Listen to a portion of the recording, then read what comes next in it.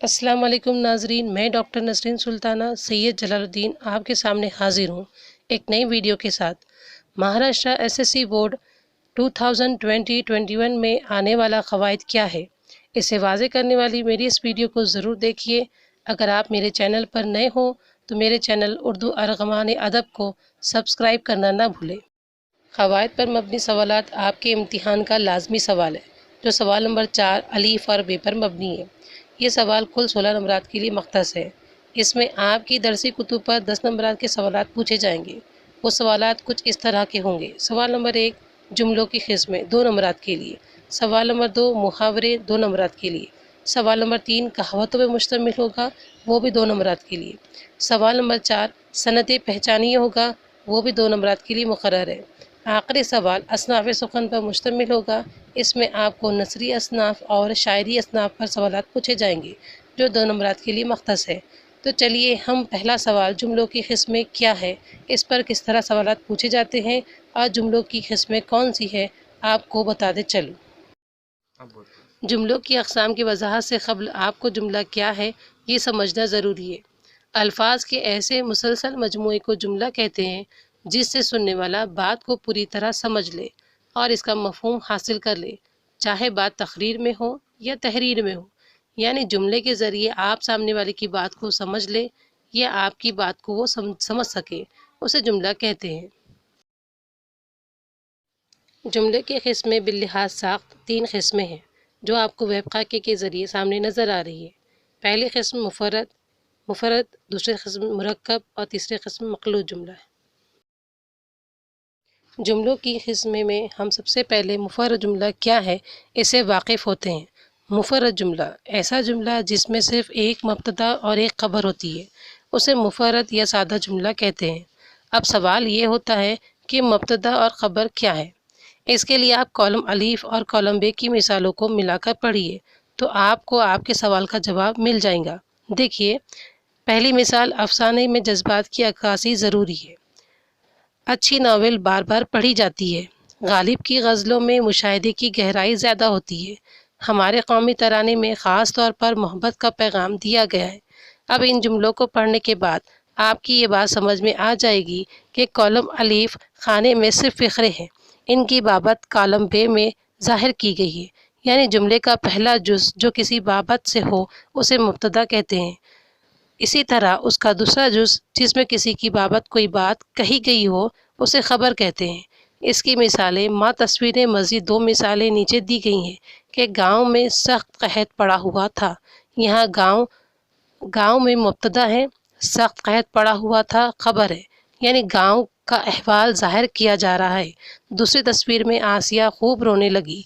यहाँ आसिया मुब्तदा है, खूब रोने लगी ख़बर है। यहाँ पर आसिया की कैफियत ज़ाहिर की जा रही है। जुमले की दूसरी किस्म मुरक्कब जुमला, वो जुमला जो 2 या 2 से ज़ायद जुमलों से मिलकर किसी एक मफ़हूम को अदा करे और मफ़हूम को अदा करने के लिए फ़िक्रे एक दूसरे के ताबे नहीं हो, उन्हें मुरक्कब जुमला कहते हैं। यानी 2 जुमले अपने मफ़हूम को मुकम्मल अदा करते हैं, उन्हें अलग-अलग पढ़ना जाए तो मफ़हूम बआसानी समझ में आ जाएगा। इन दोनों जुमलों के जोड़ने के लिए हुरूफ़ अत्फ़ का इस्तेमाल किया जाता है। मिसाल के तौर पर वो आए मगर फ़ौरन चले गए। आज के बच्चों का कोहे क़ाफ़ क़ला है और परिस्तान अंटार्कटिका। हलीमा सियासी तहरीक को समझने की कोशिश करती, मगर उम्र भर की मेहनत से इसका जिस्म खोखला हो चुका था। मैंने हज़ारों घोड़े देखे, लेकिन कोई बाका घोड़ा मेरी नज़र से न गुज़रा।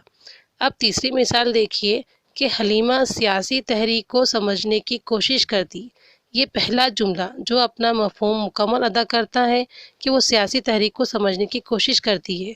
अब हुरूफ़ अत्फ़ मगर के बाद का जुमला पढ़िए कि उम्र भर की मेहनत से इसका जिस्म खोखला हो चुका था। ये जुमले में अपना मफ़हूम मुकम्मल अदा करता है, लेकिन ये दोनों मफ़हूम हलीमा के मुतालिक है, इसीलिए हुरूफ़ अत्फ़ मगर से जोड़कर अलहदा-अलहदा मफ़हूम ना लिखते हुए एक ही मफ़हूम को अदा किया गया है।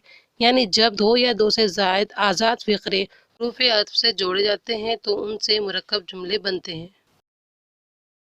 जुमले की तीसरी किस्म मख़लूत जुमला है। ایسا جملہ جس کے فقرے ایک دوسرے کے تابع ہونے پر ہی مکمل خیال ادا کر سکتے ہوں اسے مخلوط جملہ کہتے ہیں۔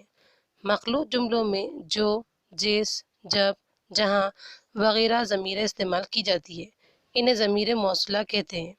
اب آپ اس کی مثالیں دیکھیے۔ پرندے نے جب نیچے پھیلی ہوئی دنیا کو دیکھا تو اس کی پرواز تھم گئی، یہاں پر ضمیر موصولہ تو استعمال کیا گیا ہے۔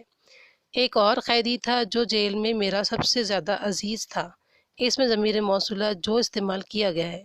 ایک لخت کے لیے بھی یہ خطرہ محسوس نہ ہوتا کہ آپ کے سامنے بیٹھا شخص آپ کا مد مقابل ہے کہ ضمیر موصولہ ہے۔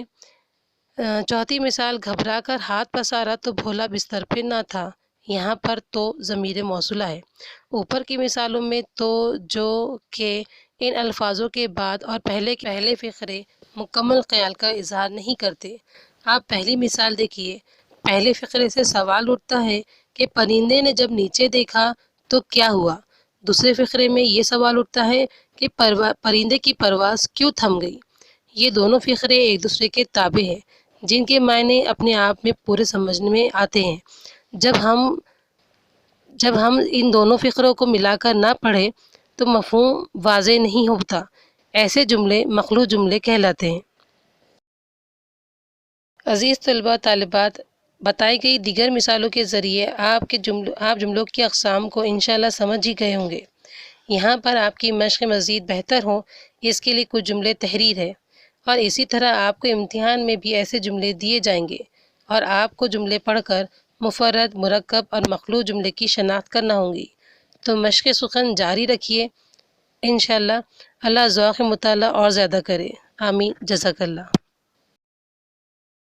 اگر آپ کو میرا ویڈیو پسند آئے تو اسے لائک اور شیئر ضرور کریں۔ میرے چینل کو سبسکرائب کرنا نہ بھولیں اور بیل آئیکن کو پریس کریں تاکہ میری اگلی ویڈیو کی نوٹیفیکیشن آپ کو فوراً مل جائے۔